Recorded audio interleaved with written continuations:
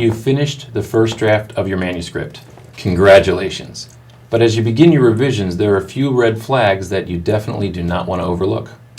So here to give us some tips on revising your novel and giving it more polished read is Jennifer Eaton. She is an author of several books, including her latest, The First Day of the New Tomorrow. Thank you so much for joining us, Jennifer. We know that you have a lot of information to share with us today. I do. Let's start with one of your first ones, which you write without showing. And could you elaborate a little bit more on that piece? It's actually right without looking. You always want to show. Okay. You don't want to tell. Okay. But what I'm mainly saying with that is a lot of people think that they have to make their characters look at something. I see. But if you're in the character's point of view, you already know that they're looking at it. So instead of saying, I looked up at the trees, you could just say the wind blew through the trees overhead. I see. It makes it a lot more concise, and it keeps you in the story better. And I can also see that it gives the reader something to visualize. Absolutely, absolutely. That's great. How about you mentioned earlier something about the first page being very, very important. How do you go about determining that, and what do you do with it? Now, a lot of people will read the first page of the book if you go into a bookstore, and if they don't like it, they put it down. You always want to make sure there's something happening on that first page. A lot of people like to put exposition there, but if something happens and it grabs the reader, they're going to turn the next page. Once they turn that second page, you got them. So you want action right away? Lots of action right up front. Great, thanks. And you also talk about something in the book shouldn't just magically appear. Could you elaborate on that for us? My friend John Gibbs did a seminar on this once, and he did the funniest thing. He said, if your 85-year-old grandmother's driving down the street, she can't pull a gun out of the glove compartment. But if you'd show her putting that gun in the glove compartment for a really good reason early in a story, then you're fine. But don't make something that shouldn't be there, just make it appear to make it easier on the author. It has to have a reason for being there. Okay, that definitely makes a lot of sense. What about giving your characters a bad day? How important is that? Do they always have to have an easy day, or is it? It's never ever good to have an easy day. Okay. You know, as people, we like to have easy days, but when you're reading a story, you want somebody to have a really bad day. So as an author, you should be arcing out what's going to happen during your story, but then say, okay, let's make it worse. Let's make something happen here to make it worse. Let's make it here to make it worse. Make it as bad as it could possibly be, because it's great conflict and it's good reading. Out of the frying pan into the fryer. Absolutely, Yes. and make that, and then turn up the heat a little bit. Okay. And make it as exciting as possible. Great.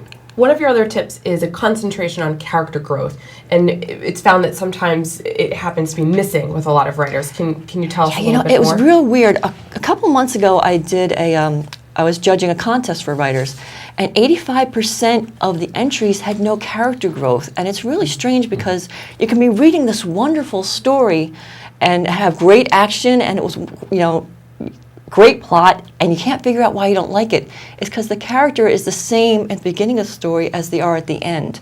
You really want them to change. It's the second time we've heard that Yeah. tonight. Yeah. It must be important. Yeah. It really is, because if you get to the end of a story and your guy was a jerk at the beginning and he's a jerk at the end, you think, well, why did I go through that whole journey with him?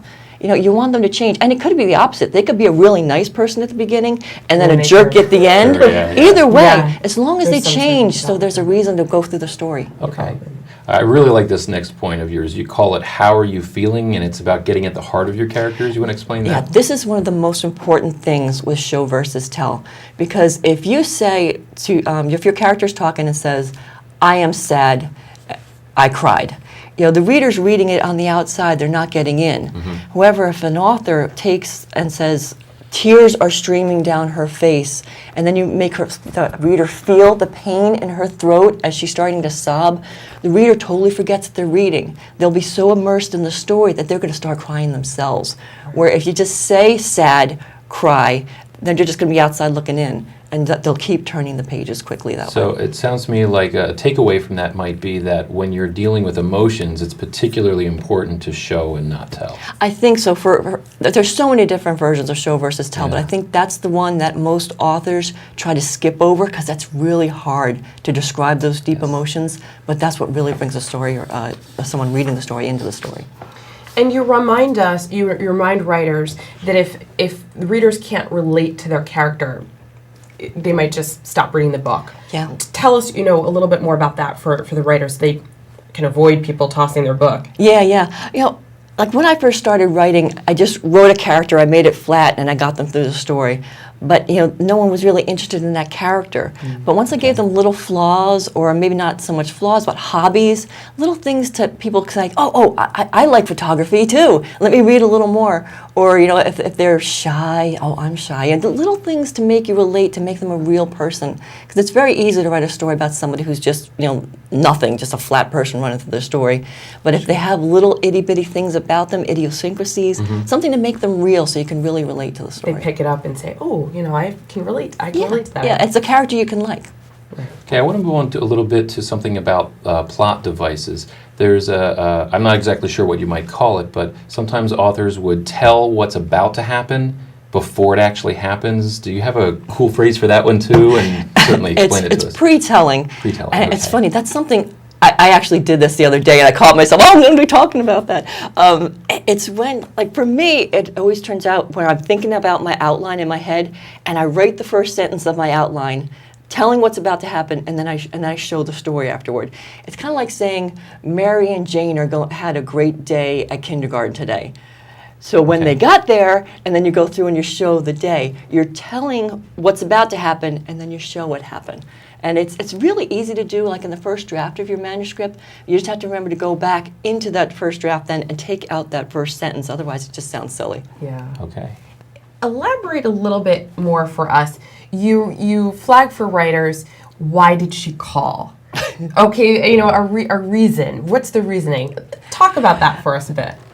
This happened just a couple months ago. I was reading a critique, and the main character's sitting in her living room, and the phone rings. She picks up the phone and says, "Oh, hi, Maggie. Let me tell you something." And then she relays all this really important information that the reader needs to know to get on the story. And then she says, "Well, thanks for calling. Bye." Click. Poor person who called, they never got to say a word, and they never told why they're calling. So it was just, you have to have a reason for that phone call to happen. It's really easy for an author saying, okay, I'm going to have somebody call now, but there has to be a reason for them to call. The same reason so that it just doesn't pop up out of the blue. Yeah, or somebody walking into the room too. If you need someone else to talk, have a reason for them to walk in the room. Don't have them walk in, say what you want, and then walk out. At least let them pick up a thing of flowers or something. Yeah. Okay, one final question for you. It's not much of a question as it is just one word. We all know it's important. Dialogue. Dialogue is the most important part of your story. You have to nail your dialogue. Doesn't matter how good your story is, if your characters don't sound like they're speaking correctly, it's going to blow your whole story. Okay. Sometimes the best thing to do is just read your dialogue back to yourself, or have somebody read the dialogue to you, just to make sure it sounds authentic. Also, you have to make sure that you get in, say your dialogue, the important stuff, and get out right away. A lot of writers want to make it seem realistic, so they say, "Hi, how are you? Oh, I'm good too. How are your kids?" And you can't go through all that. Yeah. You want to get in, Too much cut to the time chase, wasted. and get right to what you need, and then get out. But the trick to it, the art form of it, is trying to make it seem like that conversation has gone on for an hour when it only went on for a couple minutes. I'm sure that takes some practice. It does. It does. These are some great reminders for us. Yes. Thank you so much. Thank you so much. Thanks. I know that I've learned some few things, and I hope our viewers did as well. Yeah. Thank you.